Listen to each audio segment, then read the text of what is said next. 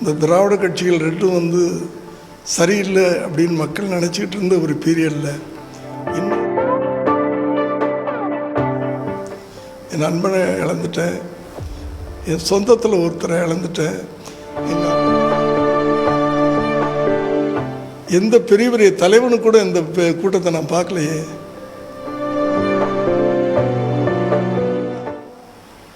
நான் எதிர்பார்த்தது அவர் அரசியலில் ஒரு பெரிய இடத்துக்கு வருவார்னு எதிர்பார்த்தேன். அவர் வந்த பீரியட் அப்படி. ஏன்னா இந்த திராவிட கட்சிகள் ரெண்டும் வந்து சரியில்லை அப்படின்னு மக்கள் நினச்சிக்கிட்டு இருந்த ஒரு பீரியடில் இன்னொரு தலைவன் வேணும்னு ஒரு காலகட்டத்தில் தமிழக மக்கள் நினைக்க ஆரம்பித்தாங்க. அவங்களுக்கு ஒரு ஆதங்கம் வந்துச்சு. குறிப்பு எந்த கட்சியும் சொல்ல தம்பி, இதை அரசியலாக்கிடாதீங்க, ஆனால் ஆக்குவீங்க, பரவாயில்ல, மனசில் இருக்கிறத நான் சொல்லிடுறேன். இந்த திராவிட கட்சிகளே மேலே நம்பிக்கையே போயிடுச்சு மக்களுக்கு. அந்த டைமில் வந்தார் இவர். ஆனால் என்னமோ நடுவில் அது எப்படி நடந்துச்சு, ஏது நடந்துச்சு தெரியல. இந்த கடைசி முறை ஒரு 2 வருஷத்துக்கு முன்னாடி அவரை கடைசியாக நான் பார்த்தப்போ அப்படியே எந்திரிக்க ட்ரை பண்ணுறாரு, முடியல. அதை மீறி நான் உட்காந்து அப்படியே கட்டிப்பிடிக்கிறேன். அவர் கட்டிப்பிடிக்கிறாரு, அவர் கண்ணில் கண்ணீர், என் கண்ணில் கண்ணீர். அதுக்கு பிறகு எவ்வளவோ ட்ரை பண்ணேன்.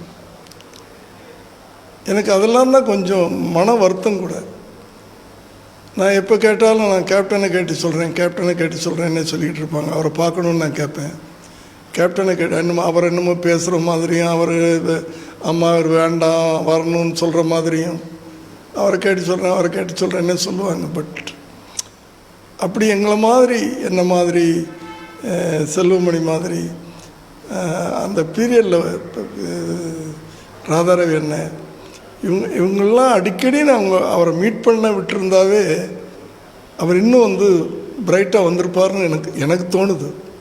இதெல்லாம் டாக்டர்களை தாண்டி நடக்கக்கூடிய விஷயங்கள்.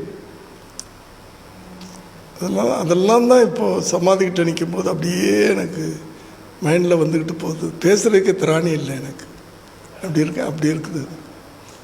நான் அவரை வந்து நடிகனாக நினைப்பேன், அதை தாண்டி வந்து ஒரு தம்பியாக நினைப்பேன், அதையும் தாண்டி இன்னும் சொல்லணுன்னா ஒரு ஃப்ரெண்டாக நினைப்பேன்.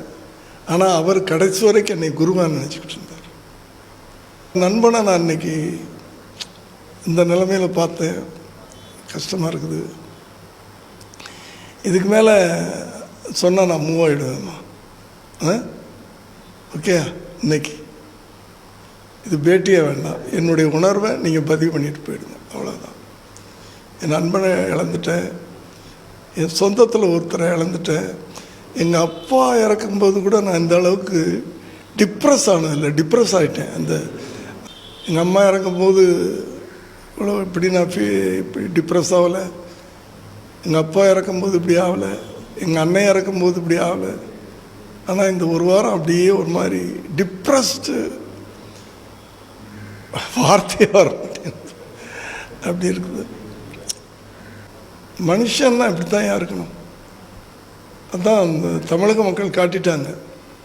இப்போ அரசியலில் வந்து அவர் இந்த அவர் உடம்பு சரியில்லாத நாள்லேருந்து அரசியலில் கொஞ்சம் பின்தங்கி இருந்தாலும், ஆனால் தமிழக மக்கள் மனசில் எந்த அளவுக்கு குடிக்கொண்டு இருந்தார், வாழ்ந்துக்கிட்டு இருந்தார்ன்றத அந்த ஊர்வலத்தன்னை காட்டிட்டாங்கள்ல மக்கள்.